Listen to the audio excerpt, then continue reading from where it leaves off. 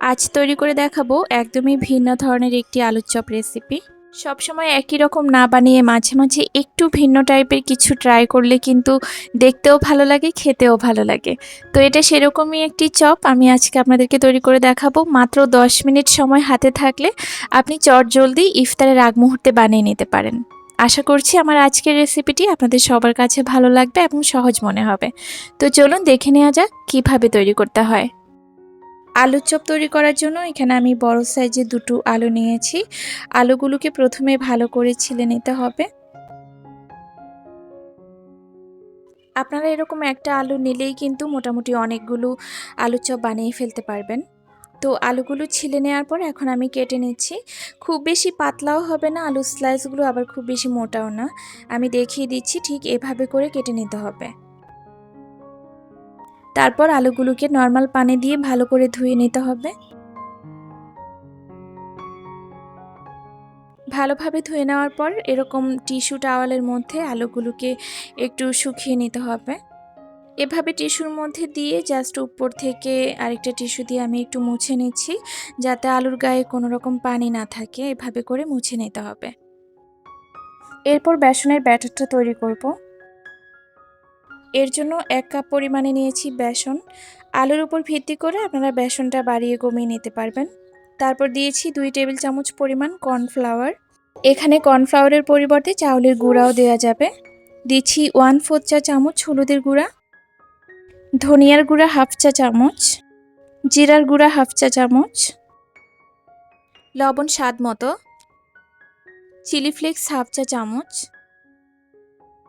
1 চা চামচ আদা রসুন পেস্ট, 2 টেবিল চামচ পরিমাণ দিয়ে দিচ্ছি ধনিয়া পাতা কুচি। সবকিছু দেওয়ার পর শুকনো অবস্থায় আমি একটু মিশিয়ে নিলাম। এবার পানি দিয়ে ব্যাটারটা তৈরি করে নিতে হবে। বেসনের ব্যাটারটা যাতে পাতলা না হয়ে যায় সেদিকটা অবশ্যই খেয়াল রাখতে হবে।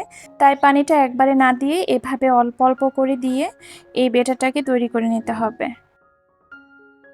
ব্যাটারের ঘনত্বটা কেমন হবে সেটা আমি আপনাদেরকে এখন দেখিয়ে দিচ্ছি। ব্যাটারের ঘনত্বটা ঠিক এরকম হবে। তো এই পর্যায়ে আমি দিয়ে দিচ্ছি গরম তেল 2 টেবিল চামচ পরিমাণ মতো। এই ব্যাটারের মধ্যে তেলটা অবশ্যই দিবেন, এতে করে আলুর চপগুলো ভাজার পরেও অনেকক্ষণ পর্যন্ত মুচমুচে থাকবে। তারপর আমরা চলে যাব আলুর চপগুলো ভাজার জন্য। কড়াইতে আমি তেল গরম করে নিয়েছি।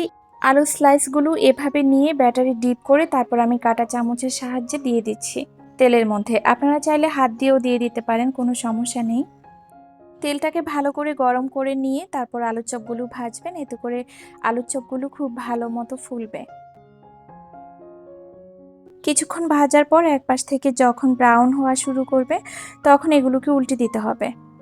আর এভাবে কিছুক্ষণ পর পর উল্টে পাল্টে এগুলোকে ভেজে নিতে হবে। চুলার আঁচটাকে মিডিয়াম টু লো এর মাঝামাঝি রেখে ভাজবেন, তাহলে ভেতরের আলুটাও খুব ভালোভাবে সেদ্ধ হবে। আর ভাজার উপর নির্ভর করবে আলুর চপটা কতটা মুচমুচে হবে। আমি এ পর্যায়ে তুলে নিচ্ছি। আপনারা যদি আরও বেশি মুচমুচে খেতে চান সেক্ষেত্রে আরও কিছুক্ষণ রেখে ভেজে নেবেন। ঠিক একইভাবে আমি সবগুলো আলুর চপ ভেজে নিয়েছি। এখন আমি আপনাদেরকে কয়েকটা ভেঙে দেখাচ্ছি এই আলুর চপগুলো কতটা মুচমুচে হয়েছে। বানানো যেমন সহজ, খেতেও তেমনি মজা। এই রমজানে আপনারা বাসায় একবার হলেও ট্রাই করে দেখবেন। আশা করছি সবার কাছে ভালো লাগবে। আর রেসিপিটি যদি ভালো লেগে থাকে তো প্লিজ লাইক করবেন আর চ্যানেলটি সাবস্ক্রাইব করে সাথেই থাকবেন। আজ এ পর্যন্তই, ভালো থাকবেন সবাই। আল্লাহ হাফেজ।